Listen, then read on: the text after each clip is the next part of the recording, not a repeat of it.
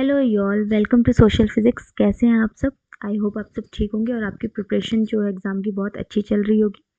तो इस वीडियो में हम, जैसा कि पिछले वीडियोस में बताया था कि आने वाली वीडियोस में हम ईयर वाइज क्वेश्चन सॉल्व करेंगे, क्वेश्चन पेपर सॉल्व करेंगे। तो इस वीडियो में हम जो अगस्त अगस्त 2024 का यूजीसी नेट का जो क्वेश्चन पेपर है वो सॉल्व करेंगे सोशियोलॉजी का। और ऐसे ही हम इससे पहले जो भी इसके बाद हम 2023 दिसंबर, उसके बाद 2023 जून, ऐसे करके हम जितने ज़्यादा क्वेश्चन पेपर हो सकेंगे उतने ज़्यादा क्वेश्चन सॉल्व करेंगे। और इसके बाद मैं आपको यूनिट वाइज क्वेश्चन भी सॉल्व करवाऊंगी। यूनिट वाइज मैराथन रहेगी ताकि आपकी लास्ट जो 10-15 डेज बचे उसमें आपकी प्रिपरेशन हो सके अच्छे से। जो भी इम्पोर्टेंट क्वेश्चन है यूनिट वाइज वो हम सॉल्व करेंगे। तो स्टार्ट करते हैं। सबसे पहले जो फर्स्ट क्वेश्चन था, question number 51, in addition to feeding themselves peasant use the rest of the produce to create 3 different funds.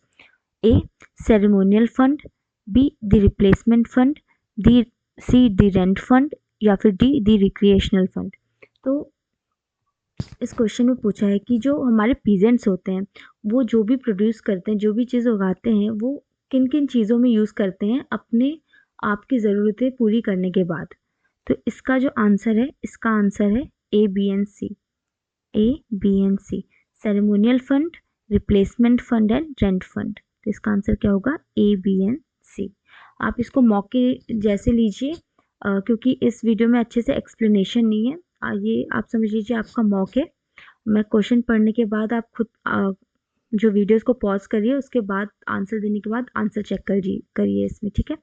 51 का जो आंसर है वो है 3। नेक्स्ट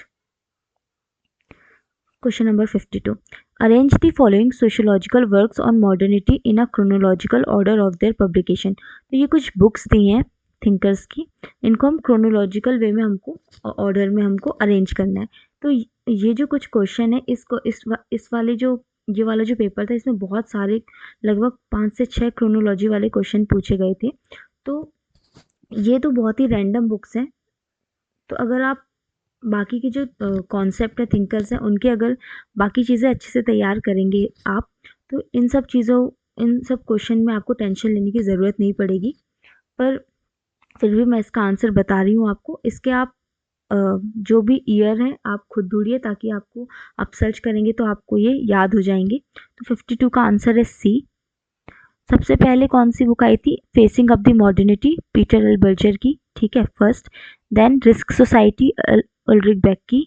उसके बाद consequence of modernity, Anthony Giddens. उसके बाद आती है लिक्विड मॉडर्निटी, जिगमंड बॉमा, ठीक है। तो ये इसका क्रोनोलॉजी है। Next question 53, in elementary form of religious life Emile Durkheim refutes. तो इमाइल डर्कहाइम ने, उनकी जो बुक है elementary form of religious life में, उसमें क्या किया था? A Comtean epistemology as it is based on idealistic and aprioristic assumption. 2 Hegelian epistemology as it is based on idealistic and a prioristic assumption. C Weberian epistemology as it is based on idealistic and a prioristic assumption. या फिर D Kantian epistemology as it is based on idealistic and a prioristic assumption. तो इसका answer होगा D, Kantian epistemology को refute किया था, जो कि आइडियलिस्टिक या फिर अप्रायोरिस्टिक एजम्पशन पे बेस्ड है, ठीक है। नेक्स्ट क्वेश्चन हमारा क्वेश्चन नंबर 54। कुछ यहाँ पे कॉन्सेप्ट दिए हैं और कुछ ऑथर्स दिए, हमको मैच करना है कि कौन सा कॉन्सेप्ट कौन से ऑथर ने दिया है। Class situation, capability approach, stages of economic growth और कॉन्स्पिक्यूअस कंजम्पशन, ठीक है। ऑथर कौन से हैं? Amartya Sen, Max Weber, Thorstein Veblen, W Rostow. तो सबसे पहले जो कॉन्स्पिक्यूअस कंजम्पशन जो हमारा कॉन्सेप्ट है, ये थॉर्स्टेन वेबलन का है, बहुत ही फेमस कॉन्सेप्ट है। तो डी का हमने थर्ड देखा, तो डी का थर्ड एक ही ऑप्शन में है, बाकी सब मैच कर लेते। ए का 2 क्लास सिचुएशन, मैक्स वेबर का कॉन्सेप्ट है, सबको पता है। कैपेबिलिटी अप्रोच अमर्त्य सेन ने दिया था। सी का 4 stages of economic growth W Rostow का है। एंड डी का क्या है? 4 थॉर्स्टेन वेबलन। तो इसका आंसर क्या होगा? 54 का आंसर होगा D. Next 55, which among the following is not true about the international treaty on climate change. जो क्योटो प्रोटोकॉल था, international treaty on climate change, उसके कुछ पॉइंट्स दिए हैं, तो इसमें से क्या सही नहीं है। ठीक है, पहला, it was signed in 1995. Second, the developed countries agreed to cut their emission by an average of 5.2% over 1990 level by the period of 2008-12. It also initiated the Clean Development Mechanism. Fourth, the CDM allowed industrial countries to get credits to put towards their Kyoto targets by funding clean energy projects in developing countries. तो इसका answer क्या होगा? ए। ठीक है, ए, क्योंकि ये 1997 में Kyoto protocol आया था। ठीक है, तो वेट अ सेकेंड। ठीक है, तो 1997 में आया था, ना कि 1995 में, इसलिए ये जो फर्स्ट हमारी पॉइंट है वो गलत है। नेक्स्ट क्वेश्चन नंबर 56, ये भी कुछ बुक्स एंड ऑथर्स हैं जिनको हमको मैच करना है। तो ruling class, political parties, elites in society, उसके बाद आता है माइंड एंड सोसाइटी। तो हमारी जो 56 है उसका आंसर है बी। ठीक है, रूलिंग क्लास किसने दी थी? गेटोनो मॉस्का। उसके बाद बी का 1 पॉलिटिकल पार्टीज, रॉबर्ट मिशेल। ठीक है, सी का 4 elite and society, T B Bottomore. Mind and society, Vilfredo Pareto. ठीक है, तो हमारा जो 56 क्वेश्चन है उसका आंसर है बी। नेक्स्ट कुछ बुक्स हैं और कुछ थिंकर्स हैं, किन्होंने ये बुक लिखी है। Virtual community, surveillance society, personal communities, third wave. ठीक है, तो 57 का आंसर है ए।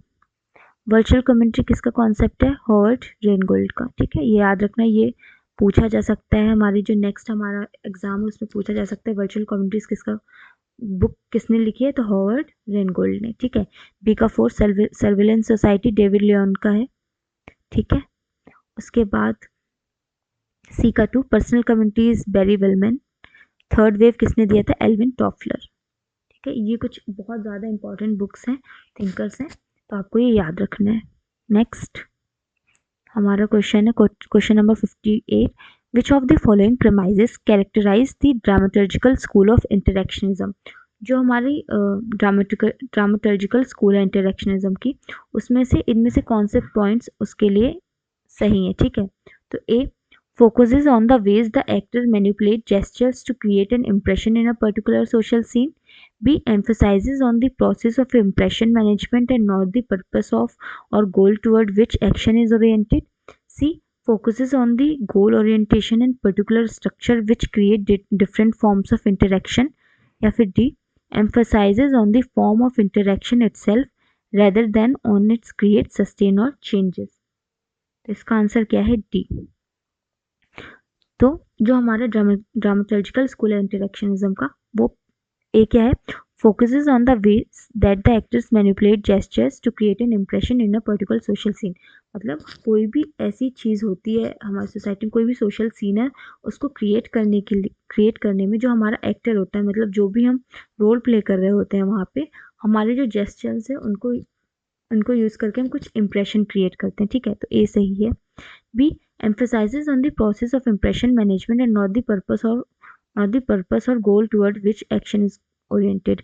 हम लोग इम्प्रेशन मैनेजमेंट का जो प्रोसेस है उस पर फोकस करते हैं। ठीक है, डी क्या है? emphasizes on the form of interaction itself rather on the structure it creates. जो फॉर्म ऑफ इंटरेक्शन है उस पर फोकस करने के लिए बोलता है, ना कि वो जो स्ट्रक्चर वो क्रिएट करता है।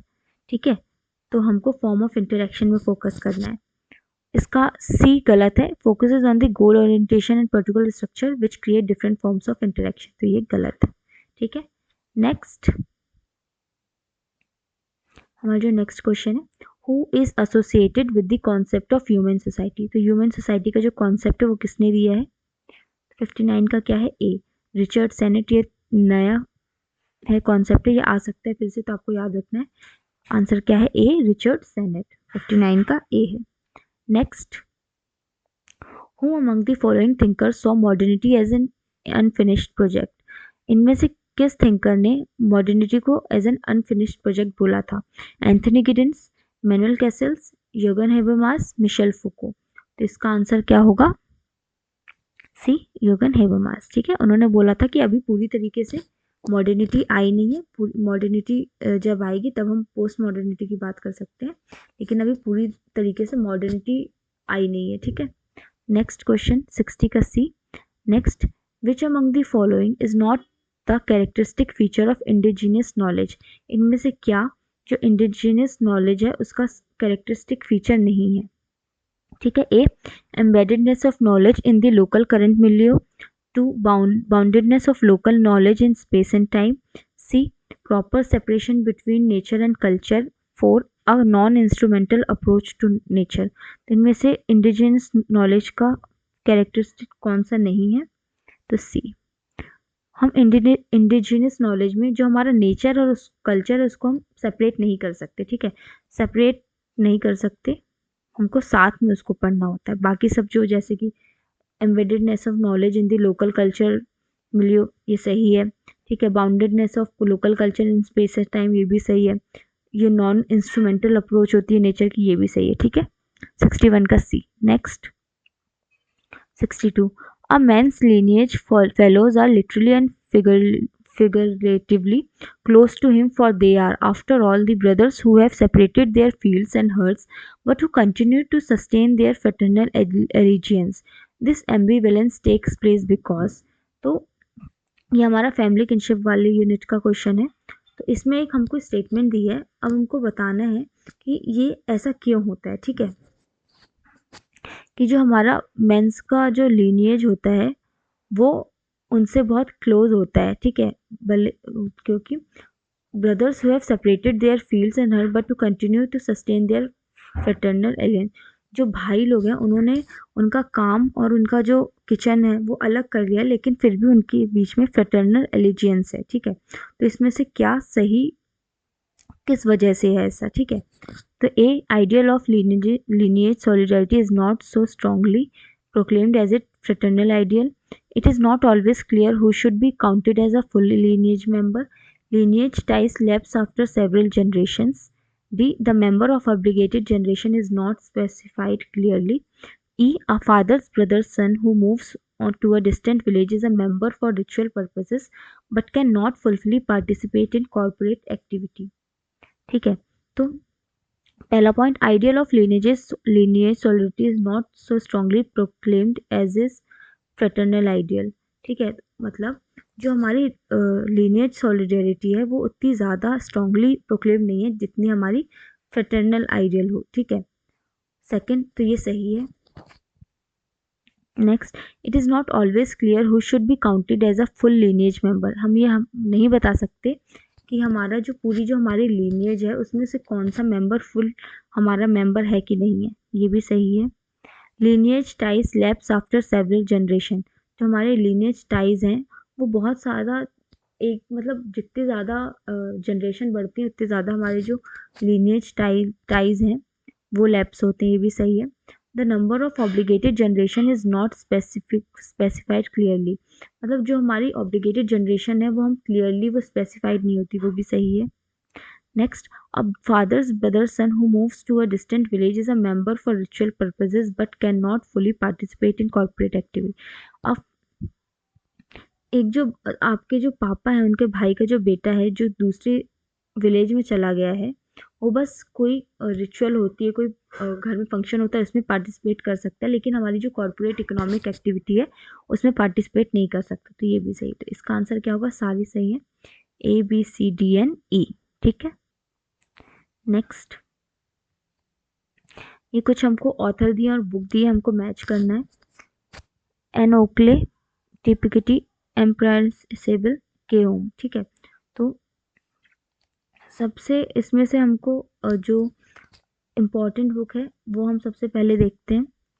एन ओक्ले का सोशियोलॉजी ऑफ हाउसवर्क है, ये हमको पता है, फेमस है। तो ए का थर्ड एक में दिया तो हमको आंसर मिल गया। बी का 4, टी पिकेटी ने कौन सी लिखी है? Capital in the 21st century, T Piketty capital in the 21st century. C का 1, पायोर एंड स्टेबल ने द सेकेंड इंडस्ट्रियल डिवाइड। ठीक है, डी का 2, के ओम ने दी है द बॉर्डरलेस वर्ल्ड। ठीक है, तो याद रखना है कि ओम ने द बॉर्डरलेस वर्ल्ड, ये बुक्स इंपॉर्टेंट है, आपको याद करनी है।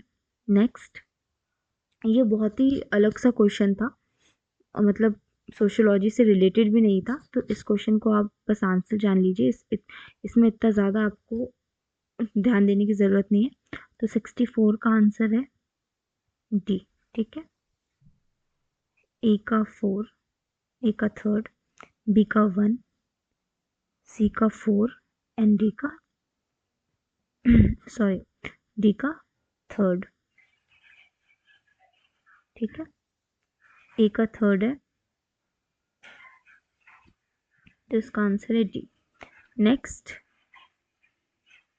Important characteristic of states are. State की इंपॉर्टेंट कैरेक्टरिस्टिक इनमें से क्या है? A, each state had a status. B, the state represented a broad division of labor. C, states were a political group. D, all states had an equal status. ठीक है, तो इनमें से कौन सी सही है? तो सबसे पहले जो डी आप स्टेटमेंट पढ़ेंगे और आपको पता चल जाएगा कि जितने भी स्टेट्स थे उनके इक्वल स्टेटस नहीं थे। ठीक है, 3 स्टेट थे, तीनों की इक्वल स्टेट नहीं थे। सबसे पहले स्टेट्स कहाँ पे थे? जो हमारी फ्रेंच सोसाइटी है, फ्रांस की सोसाइटी, वहाँ पे यूरोपियन सोसाइटी, वहाँ पे स्टेट सिस्टम चलता था। तो वहाँ पे 3 स्टेट थे, क्लर्जी, नोबिलिटी। ठीक है, उसके बाद सेकंड, उसके बाद थर्ड जो कॉमन रहते थे, तो इक्वल नहीं रहते थे वो, उनकी क्या नाम है, अलग अलग उनकी जो पावर है और जो उनके पास सोसाइटी में स्टेटस है उसके हिसाब से डिवाइडेड था। तो डी गलत है।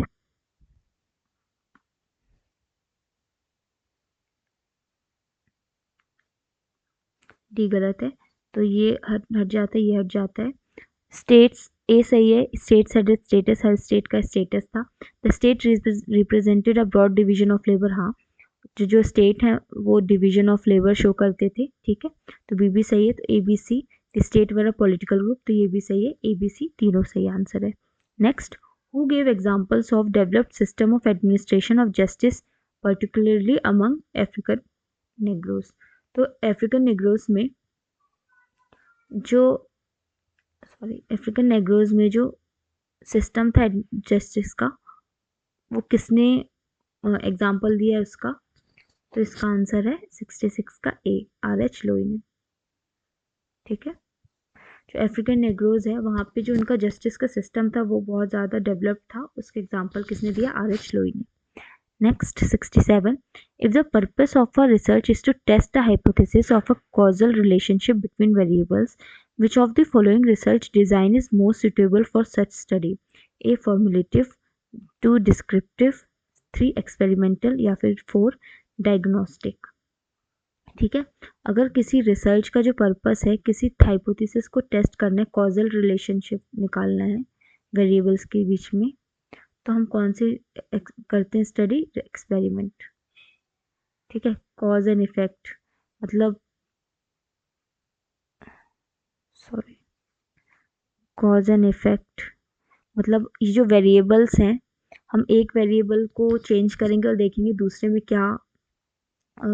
क्या चेंज आ रहा है, क्या रिलेशन है दोनों वेरिएबल के बीच में। तो ये हम किस में करते हैं? एक्सपेरिमेंटल रिसर्च में। ठीक है, next 68, capitalism produces wasted population, not just the poor and refugees but huge present population other outsider। ये स्टेटमेंट किसने दी है? जूडिथ बटलर, जिगमंड बोमा, जॉर्ज एगमेन एगम्बेन या फिर 4, फ्रीलैंड। ठीक है, तो कैपिटलिज्म जो है वेस्टेड पॉपुलेशन प्रोड्यूस करता है, जिसमें पुअर रेफ्यूजीज तो रहते हैं लेकिन बहुत ज़्यादा जो प्रेजेंट पॉपुलेशन होते हैं और आउटसाइडर रहते थे। ये किसने बोला था? जिगमंड बॉमा ने। ठीक है, तो ये 68 का क्या है? B. Next, who is not the spokesman of cultural determinism. इनमें से कौन कल्चरल डिटर्मिनिज्म नहीं है? मतलब कल्चरल डिटर्मिनिज्म का मतलब कौन इनमें से बोलता है कि मतलब किनकी थ्योरी से पता चलता है कि कल्चर ही सब कुछ डिटरमाइन नहीं करता है। ठीक है, तो इसका आंसर है सी, मैकाइवर कल्चरल डिटर्मिनिस्ट नहीं है। बाकी 3 जो हैं वो बोलते हैं कि जो हमारा कल्चर है वही बाकी जो सोसाइटी में चीज़ें हैं वो डिसाइड करता है। ठीक है, Leslie White, Graebner and E.B. Tylor. तो आपको याद रखना है। Next 70th, technology is socially shaped. Which among the following is not correct about this statement? Technology change is conditioned by social factors. Technological design and function are the outcome of social process rather than internal standard of scientific technological rationality. Technological change follows a fixed linear path which can be explained by references to some inner technological logic. 4. Technological change involves controversies, disagreement, and difficulties that engage relevant social groups in strategy to shape technology. ठीक है, तो ये जो statement है technology socially shape, मतलब technology को social हमारी जो सोसाइटी है वो शेप करती है, उन उसके बारे में कौन सी स्टेटमेंट सही नहीं है? तो इसका आंसर है सी। Technology change follows a fixed linear path which can be explained by reference to some inner technological logic. तो ये गलत है। फिक्स्ड लीनियर पाथ जो है टेक्नोलॉजिकल चेंजेस फॉलो नहीं करता है। ठीक है, और बाकी सब स्टेटमेंट सही। Technological changes condition by social factors सही है कि टेक्नोलॉजिकल फैक्टर चेंजेस जो हमारी सोसाइटी के जो फैक्टर्स होते हैं डिफरेंट चीज़ों पे डिपेंड करता है, उसकी वजह से कंडीशन रहता है। Second, technological design and function are the outcome of social process rather than of internal standard of scientific technological rationality. जो टेक्नोलॉजिकल डिज़ाइन और जो उसके फंक्शन है वो हमारे सोशल प्रोसेस की वजह से है। ठीक है, और fourth statement, technological change involves controversies, disagreement and difficulties that engage relevant social groups in strategies to shape technology. जो भी टेक्नोलॉजिकल चेंज होते हैं उनमें बहुत वो किस वजह से आते हैं, क्योंकि लोगों के बीच में कंट्रोवर्सी होते हैं, सब लोग एग्री नहीं करते हैं टेक्नोलॉजी जो भी रहती है, तो इसकी वजह से। ठीक है, तो इसका आंसर ये भी सही है, तो इसका आंसर 3 है। 3 जो स्टेटमेंट है वो सही नहीं है। ठीक है, नेक्स्ट 71, कुछ बुक्स एंड ऑथर्स हैं। New rules and sociological method, phenomenology of social world, studies in ethnomethodology and ideas of social science. तो ये बहुत ही फेमस बुक है, किसकी? New rules of sociological method, Anthony Giddens की। तो ए का 2 होगा। फेनोमेनोलॉजी जो है एल्फ्रेड शूट्स का कॉन्सेप्ट है, तो बी का 3rd 2 में है, और ए का 2, तो ये होगा ए का 2, बी का 3rd। C4 studies in एथनोमेट्रोलॉजी, गार्फिंकल।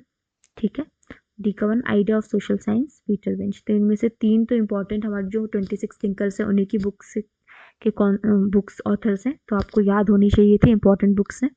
Next, इनको हम क्रोनोलॉजिकल ऑर्डर में हमको इनको अरेंज करना है। तो इनका जो ईयर है मैंने नहीं दिया, ये ईयर अगर आप खुद से सर्च करेंगे तो आपको ये याद हो जाएगा, मैं भी बता दूंगी तो आप याद नहीं करेंगे। मैं आंसर बता रही हूँ लेकिन इनके ईयर्स आप याद कर लीजिए, क्योंकि ये ईयर्स फिर से आएंगे। ठीक है, 72 जो है उसका आंसर है सी।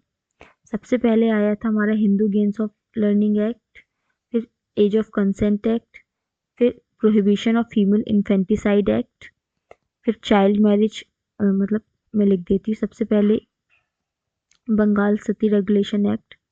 ठीक है, सती का कौन लाया था, ये आपको याद रखना, बहुत ही पुराना है ये। उसके बाद एज ऑफ कंसेंट एक्ट। ठीक है, इसके बाद प्रोहिबिशन ऑफ फीमेल इन्फेंटिसाइड, फिर prohibition child marriage restaurant act, उसके बाद Hindu games of learning act. ठीक है, तो ये इसकी क्रोनोलॉजी है 72 की, तो आपको याद रखना है। इसके बाद आपका ये होमवर्क है कि इनके जो ईयर्स हैं वो आपको याद करने हैं, ये आपका होमवर्क है। ठीक है, 72 का 3। Next 73, the precariat is a new class in making. It consists of who are unable to gain access to the labor market, which offers secure employment and decent wages. Which of the following included in the class? Older people, unskilled worker, less qualified young people, या फिर those who regularly move into and out of work. जो precariat है वो एक new class है जो अभी आती जा रही है, डेवलप होती जा रही है। इसमें वो लोग आते हैं जो लेबर मार्केट में एक्सेस नहीं पा रहे हैं सिक्योर एम्प्लॉयमेंट का और डिसेंट वेजेस का। तो इनमें कौन से लोग आते हैं? ठीक है, तो इसमें ये सब आते हैं। 73 का क्या है? सब आते हैं। ओल्डर पीपल, अनस्किल्ड वर्कर भी आते हैं, लेस क्वालिफाइड यंग पीपल भी आते हैं, those who regularly move into and out of work. तो इसका आंसर क्या होगा? A, B, C and D. 73 का होगा सी। ठीक है, ये सारे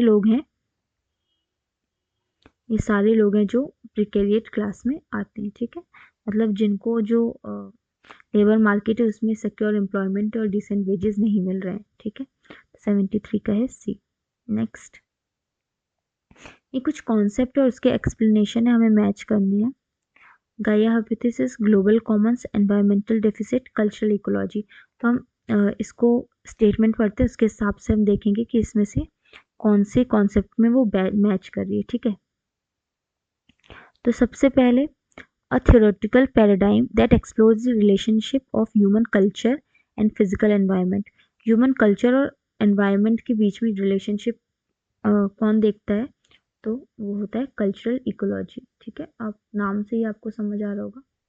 तो ए का क्या होगा, डी का क्या होगा 1, तो डी का 1 एक ही में है, बाकी हम मैच कर लेते हैं। गाया हाइपोथेसिस क्या होती है, planet Earth itself should be seen as a living organism in which humans and other species can have a vital part to play। जो हमारा अर्थ है, जो हमारा प्लेनेट है, ठीक है, हमको उसको खुद एक एक जीते हुए इंसान की जैसा, मतलब एक जीव के जैसा, हमको बायोलॉजिकल ऑर्गेनिज्म के जैसा देखना चाहिए, ताकि जो ह्यूमन और जो दूसरे स्पेशीज हैं वो इम्पोर्टेंट रोल प्ले करें। तो ये है गाया हाइपोथेसिस, ठीक है। तो ए का क्या होगा 4। बी का 3, ग्लोबल कॉमन्स क्या, resources shared by all members of the international community. जो हमारी इंटरनेशनल पूरी वर्ल्ड की जो कम्युनिटी है वो सारी जो रिसोर्सेज शेयर कर रहे हैं उसको क्या बोलते हैं, ग्लोबल कॉमन्स। बी का 3।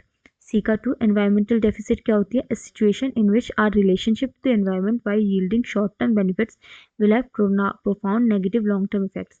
मतलब जब हम अपने जो एनवायरमेंट है उसमें हमको जो तुरंत तुरंत जो भी हमको हमारे काम की चीज़ें लगती हैं, जैसे कि हमको पेड़ चाहिए, हम पेड़ काटते हैं, हम अपनी तुरंत की ज़रूरतें पूरी करने के लिए हम जो हमारे जो एनवायरनमेंट है उसको जो नुकसान पहुंचाते हैं, उसका जो लॉन्ग टर्म में जो हमारा जो नेगेटिव इफेक्ट होता है उसको बोलते हैं एनवायरनमेंट डेफिसिट। मतलब अभी तो हम पूरी चीज़ें अपनी पूरी कर ले रहे हैं, लेकिन इसका बाद में असर पड़ेगा और बाद में हमारा एनवायरनमेंट ख़त्म होता जाएगा, तो हमको अ, बहुत सारी चीज़ें नहीं मिलेंगी। तो क्या होता है एनवायरनमेंट डेफिसिट, ठीक है। 74 का ए। नेक्स्ट, इस्लामिक लॉ दिए हैं कुछ यहाँ पे, और उनके मतलब दिए हैं, तो हम इसको मैच करते हैं। महर, हिदाया, निकाहनामा या फिर कबीरनामा, ठीक है।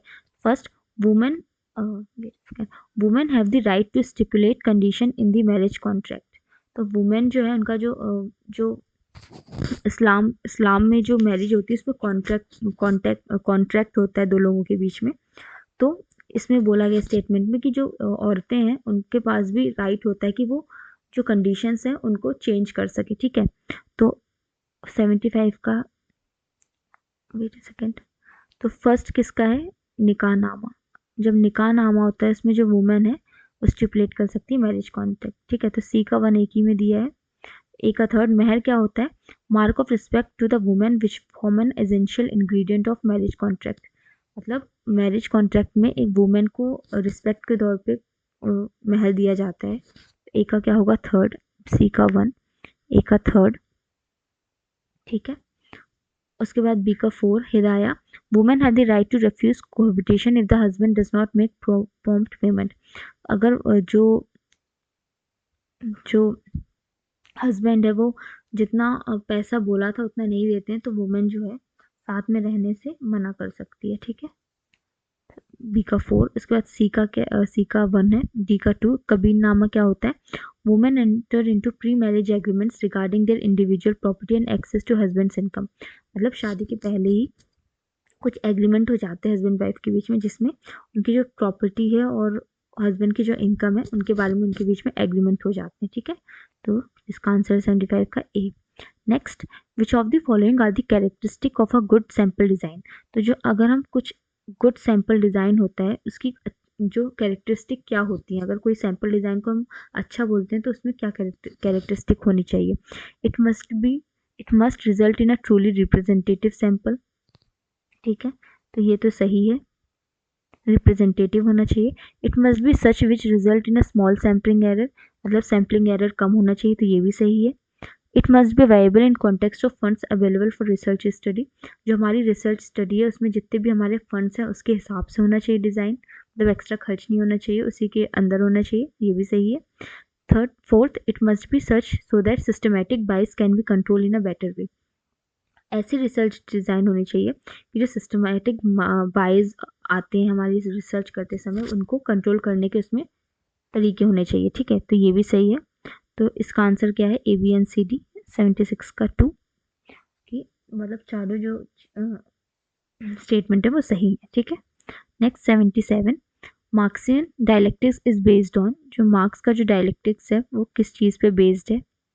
Dialectical analysis does not see simple one way cause and effect relationship among various parts of social work। मतलब डायलेक्टिकल जो मार्क्स का जो डायलेक्टिकल एनालिसिस है वो एक simple way one way cause and effect relationship नहीं देखते सोशल वर्ल्ड में भी। Dialectical analysis is based on social values that are not separate from social fact. तो डायलेक्टिकल एनालिसिस जो है इनका वो सोशल वैल्यूज को सोशल फैक्ट से अलग नहीं करता।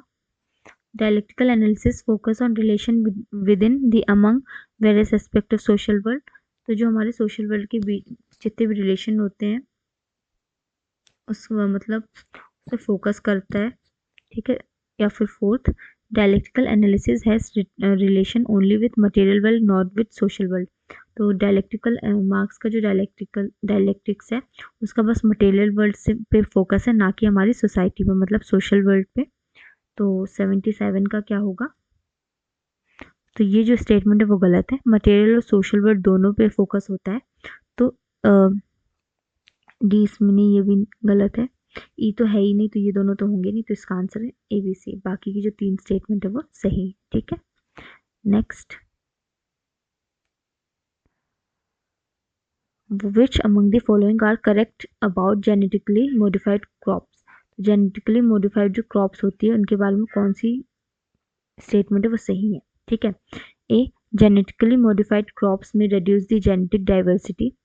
मतलब जो जो GM क्रॉप्स होती है वो जेनेटिक डाइवर्सिटी रिड्यूस करती है। A, terminator gene was plan to be used by Monsanto company in genetically modified crops. तो GM क्रॉप्स में मोंसेटो कंपनी ने प्लान किया था कि वो टर्मिनेटर जीन यूज करेंगी। C, terminator gene ensure that seed would be sterile after 3 generation. Terminator gene ये ensure करेगा तो जो जो सीड्स हैं, जो बीज हैं, वो 3 जनरेशन के बाद स्टेराइल हो जाएंगे। या फिर D, genetically modified crops that are resistant to commonly used agriculture herbicides and pesticide. तो GM क्रॉप्स हैं वो जो एग्रीकल्चर हर्बिसाइड्स और पेस्टिसाइड्स हैं उसको रेजिस्ट करेंगे। ठीक है, 78 का आंसर क्या होगा, A, B एंड D सही है। जो GM जो क्रॉप्स हैं रेजिस्टेंस है किससे, एग्रीकल्चर हर्बिसाइड्स और पेस्टिसाइड से। ये जेनेटिक डाइवर्सिटी रिड्यूस कर देते हैं, ये भी सही है। ठीक है, और टर्मिनेटर जीन यूज करना था, ये भी सही है। ठीक है, AC स्टेटमेंट सही नहीं है। ठीक है, next, who coined the term ethnocentrism. तो एथनोसेंट्रिसिज्म कॉन्सेप्ट किसने दिया था, WG समनर ने। ठीक है, बहुत ही इजी क्वेश्चन था। 79 का A। 80, who argued that urbanism promotes diverse subculture rather than submerging everyone within an anonymous mass। किसने बोला था कि किसने बोला था कि जो हमारा अर्बेनिज्म है वो डाइवर्स सब कल्चर को प्रमोट करता है, ना कि जो एनोनिमस मास को एक कल्चर में सबमर्ज कर देता है। ठीक है, मतलब सबको एक एनोनिमस मास में सबमर्ज कर देता है। तो 80 का Fisher, David Harvey, Manuel Castells या फिर लुई वर्थ। तो 80 का आंसर होगा 1, फिशर ने बोला था। ठीक है, ये स्टेटमेंट फिशर की है। 80 का 1। Next, 81, which among the following is not true about Weber's notion of Verstehen. Weber का बहुत ही इंपॉर्टेंट कॉन्सेप्ट है वर्स्टेन का, तो इनमें से क्या उसके बारे में सही नहीं है। A, Verstehen is a rational procedure of study. Verstehen is simply the use of intuition and sympathetic participation by researcher. Verstehen involve doing systematic and rigorous research. For Weber's thought on Worstein were derived from a field known as hermeneutics। तो इसमें से ये तो सही है कि वर्स्टेन hermeneutic field से लिया गया है। ठीक है, वर्स्टेन में रिगरस रिसर्च होती है, ये भी सही है। एक रैशनल प्रोसीजर ऑफ स्टडी है। ठीक है, इसका आंसर क्या है, ये गलत है। ये सिंपली इंट्यूशन या फिर सॉरी इंट्यूशन या फिर सिंपैथेटिक पार्टिसिपेशन नहीं है, इंट्यूशन नहीं है, ठीक है, लॉजिकल रैशनल चीज़ है। तो वर्स्ट है, इसका आंसर क्या है, बी सही नहीं है। नेक्स्ट, कुछ थिंकर्स दिए और कुछ कॉन्सेप्ट दिए जो हमको मैच करने हैं। इमाइल डर्कहाइम, मोरालिटी हमने पढ़ा है। कार्ल मार्क्स का पैथिसिज्म, क्लॉड लेवी स्ट्रोस का elementary structure and Michel Foucault का डिस्कोर्स, ठीक है। तो ए का 4, इसका आंसर ये होगा, बी का 1। तो हमारा जो 82 है उसका आंसर होगा ए, ठीक है। Next 83, social constructionist theorists reject biological basis for gender differences. According to these theorists, gender identities emerge in relation to perceived sex differences in society and in turn help to those to shape those societies. ठीक है। Second, gender identities partially emerge in relation to overall sex difference in society and in turn help to shape those societies. Fourth, gender identities do not emerge in relation to perceived sex differences in society and in turn help to shape those societies. Fourth, gender identities emerge in relation to perceived sex differences in society but in turn do not help to shape those society. तो इसमें से क्या, wait a second, जो social constructive theorist हैं वो biological basis को reject करते हैं जेंडर डिफरेंसेस में। तो वो क्या बोलते हैं, 83 का क्या है, ए, जेंडर जो आइडेंटिटीज हैं emerge in relation to perceived sex differences in society and in turn help to shape the society, ठीक है। तो 83 का ए। नेक्स्ट, यहाँ पे कुछ गोल दिए हैं गुड गवर्नेंसेस के और कौन कैसे ई गवर्नमेंट उसको हेल्प करती है हमको मैच करना है, ठीक है। तो reduction of cost associated with travel of our citizen to interact with government, मतलब गवर्नमेंट से लोग जो पब्लिक है वो इंटरेक्ट करे, उसमें जो जो कॉस्ट लगती है उसको कम करना। 84 का क्या है, डी आंसर है, ठीक है, ए का 2। तो ये क्या होगा, ये इम्प्रूविंग सर्विस डिलीवरी होगा, ठीक है। Disclosure of public asset, government budget and procurement information, मतलब जो पब्लिक एसेट है और गवर्नमेंट का जो बजट है ये सब चीज़ें डिस्क्लोज करना। ये क्या होता है, ट्रांसपेरेंसी बढ़ाना, मतलब लोगों पब्लिक को चीज़ें पता हो गवर्नमेंट वहाँ पे क्या चल रहा है, ठीक है।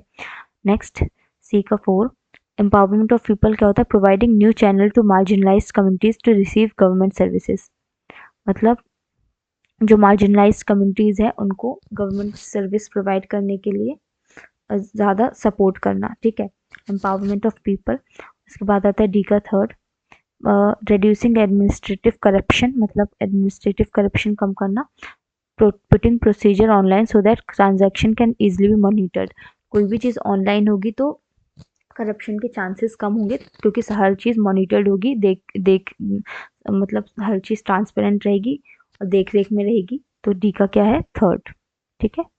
Next, ethnic differences have a bearing on social conflict. In order to understand the scale and intensity of conflict between ethnic groups, a number of factors should be taken into account.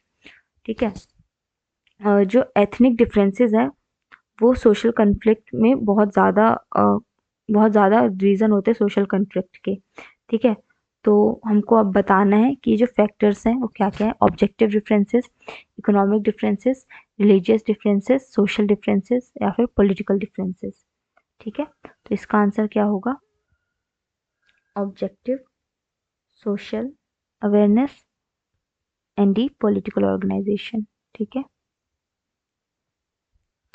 ठीक है, ADNE, ठीक है। मतलब जो भी हमारे हमको ethnic groups के बीच में जो कॉन्फ्लिक्ट होते हैं, अगर हमको उसकी इंटेंसिटी समझनी है तो हमको क्या क्या पढ़ना पड़ेगा, उनके ऑब्जेक्टिव डिफरेंस पढ़ने पड़ेंगे, ठीक है, और सोशल अवेयरनेस करवानी पड़ेगी और पॉलिटिकल ऑर्गेनाइजेशन देखने पड़ेंगे, ठीक है।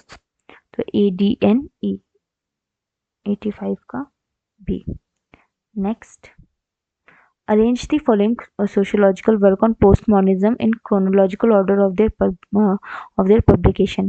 तो इस ये जो बुक्स हैं आपको इनको अरेंज करना है, तो आप इसके ईयर्स, आपको होमवर्क है, आपको याद करके अच्छे से मतलब सर्च करके आपको लिखने और याद करने। तो 86 का आंसर क्या है? D.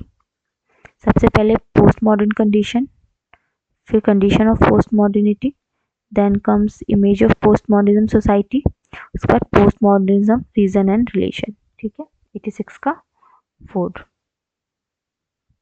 Next, which among the following are correct about Parsons notion of socialisation. तो पार्सन ने सोशलाइजेशन के बारे में जो भी बोला इनमें से क्या चीज़ें करेक्ट है? A, in socialization process norms and value socialization process norms and values of a system are internalized and become part of the actor's conscience। मतलब सोशलाइजेशन प्रोसेस में जो भी नॉर्म्स एंड वैल्यूज होती हैं उसको एक्टर इंटरनलाइज कर लेता है। ठीक है, वो उनके अंदर ही हो जाती, सोचना नहीं पड़ता, वो खुद ही से फिर चीज़ें वो करता है। ठीक है, सोशलाइजेशन प्रोसेस में। तो ये सही है।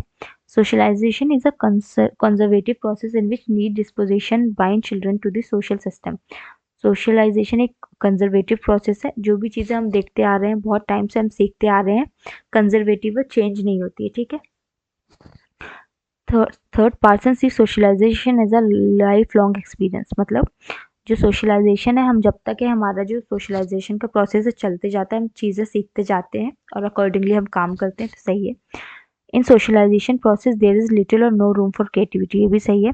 मतलब हम सोशलाइजेशन में हमको जो सोसाइटी हमारे आसपास में जो चीज़ें हो रही है हम सीखते जा रहे हैं, हमको दिमाग लगा के उसको चेंज नहीं करते। हम जो देखते हैं, जो हमको छोटे से सिखाया जाता है, हम उसके हिसाब से ढलते जाते हैं। तो इसमें 4 स्टेटमेंट सही है, A B C and D. ठीक है, 87 का 4। नेक्स्ट, ये न्यूमेरिकल क्वेश्चन है, इसको हम थोड़ी देर बाद सॉल्व करेंगे। ठीक है, पहले हम थ्योरी वाले क्वेश्चन सॉल्व कर लेते हैं। Next, who is the author of the book Tribe to Empire. Tribe to Empire book किसने लिखी है? तो ये लिखी है ए मॉरिटन जी डेवी ने। याद कर लीजिए, आप इसको बुक में लिख लीजिए। Next, arrange the following chronological order of their publication. तो आपको ये अरेंज करना है। 90 का आंसर है ए, पावर सबसे पहले, फिर मॉडल्स, उसके बाद सी पॉलिटिकल आइडियोलॉजीज, उसके बाद लास्ट में थी अंडरस्टैंडिंग सोशल मूवमेंट्स। ठीक है, तो 90 का क्या होगा? A. Next, if we add measurement error or non sampling error to sampling error we get. अगर हम मेजरमेंट एरर को नॉन सैम्पलिंग एरर में ऐड कर देंगे, मतलब मेजरमेंट एरर या फिर नॉन सैम्पलिंग एरर को सैम्पलिंग एरर में ऐड कर देंगे, तो हमें क्या मिलेगा? Total error. ठीक है, नॉन सैम्पलिंग एरर को सैम्पलिंग एरर से मेजर कर, मतलब ऐड कर देंगे, दोनों को मिला के क्या बनेगा हमारा? Total error. 91 का B. Next, the term used to refer to simple counts of the frequencies with which the various categories in each set occur in data is referred to as. 92 का क्या होगा? सी, मार्जिनल्स। ठीक है, ये हमारा रिसर्च मेथोडोलॉजी का question है। Next, 93, Karl Mannheim states that ideas emerge from specific sectors of the world, social world. Therefore, ideas can be referred as। Karl Mannheim के हिसाब से जो आइडिया है हमारे सोशल वर्ल्ड के कुछ स्पेसिफिक सेक्टर से निकलते हैं, तो उनके हिसाब से आइडियाज क्या हैं? Inherently limited, one-sided, distorted, non-limited, inherently multi-sided, distorted, inherently limited, one-sided and not distorted, या फिर 4 inherently limited, multi sided and distorted. तो 93 का क्या होगा? ए। इनहेरेंटली लिमिटेड होते हैं, वन साइडेड होते हैं और डिस्टॉर्टेड होते हैं। ठीक है, 93 का ए। नेक्स्ट, कुछ बुक्स हैं और ऑथर से हमको मैच करना है। नई तालीम किसकी है? गांधी जी की है। स्टेट एंड माइनॉरिटीज पे किसने काम किया है? अंबेडकर। ठीक है, तो ए का 2, ए का 2 एक ही में दिया है, बी का 4, तो सी का 1 on living in a revolution and essays M N Srinivas. Philosophy of science किसने लिखा है? आर के मुखर्जी ने। ठीक है, तो 94 का क्या होगा? B. Next, G H Mead defines I as the. G H Mead ने आई को कैसे डिफाइन किया है? तो उन्होंने आई को बोला है इनकैलकुलेबल, इनकैलकुलेबल है, अनप्रिडिक्टेबल है और क्रिएटिव एस्पेक्ट है सेल्फ का। तो इसका आंसर क्या है? 95 का ए। ठीक है, तो आज हमने कुछ 45 क्वेश्चन सॉल्व किए हैं। नेक्स्ट वीडियोज़ में जो बचे हुए क्वेश्चन है वो सॉल्व करेंगे हम इस पेपर की। तो आपको कोई भी डाउट हो तो प्लीज़ कमेंट सेक्शन में बताइए। अभी इस क्वेश्चंस का एक्सप्लेनेशन नहीं दिया है, बस आंसर्स बताएं, क्योंकि लास्ट में आपको मॉक सॉल्व करने होते हैं। तो मिलते हैं नेक्स्ट वीडियो में। Please like share and subscribe to social Physics, ताकि आपको ऐसे और भी वीडियोज़ मिलते रहें। मिलते हैं नेक्स्ट वीडियो में। Thank you so much.